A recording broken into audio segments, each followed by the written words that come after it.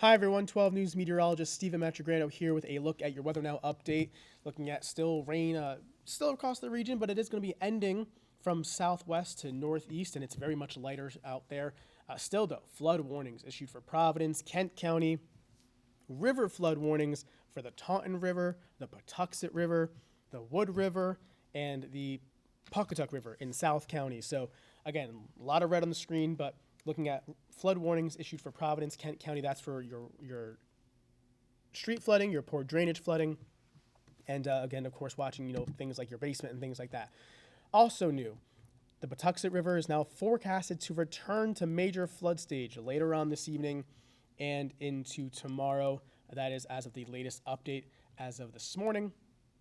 So again, all of that water has to go somewhere, and we've been seeing the ground saturated the last several weeks with all these storms and the wet weather. So not a good look there for any of our rivers nearby. We'll be watching those closely. Peak wind gusts from this morning. These are the maxes that I could find. Connecticut Light, 77 miles per hour. Block Island, 72 miles per hour. Westerly, 66. New Bedford, 63. Very impressive gusts here. And TF Green, even 52 miles per hour. A lot of damage. Tree limbs, trees down, power lines down across South County in Rhode Island, particularly with some very, strong winds that made their way through earlier this morning. Rainfall totals also impressive. West Warwick just shy of 3 inches. These numbers as of the latest update, but we'll be seeing these numbers probably climb a bit with still some leftover showers making their way through. But again, generally speaking, most areas saw about 1 inch to 2 inches of rain, even upwards again, up to about 3 inches of rain in some cases as well. So more rain that none of us really need, and we've had too much of it. So hoping to dry things out this afternoon quite a bit. Wind advisory has been dropped across southern Rhode Island and Bristol County. It's only remaining in effect for out towards the Cape and the South Shore and the islands as well. But you can see that has been dropped as of the last, say, about 20 minutes or so. Flood watch continues until 7 p.m.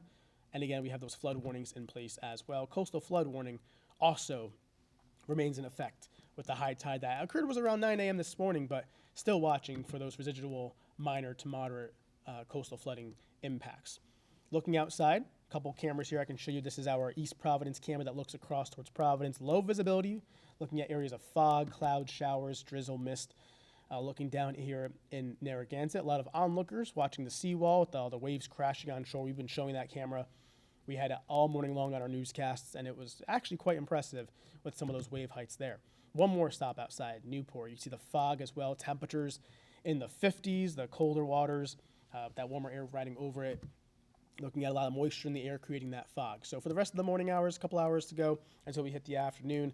Showers ending, staying cloudy, gusty, and dry. Temperatures in the 50s. We'll top out in the 50s this afternoon. And then we'll dry things out, continuing to dry things out and turning colder later on this evening with temperatures falling back into the 40s. We'll be back into the 30s, though.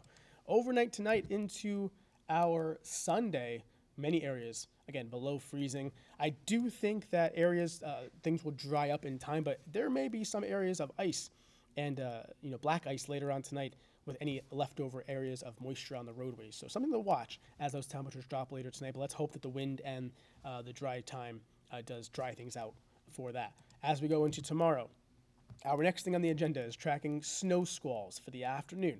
These are basically kind of like summertime thunderstorms. They can lower visibility for about 15-20 minutes, bring some heavy precip, in this case heavy snow, and could coat the ground as well.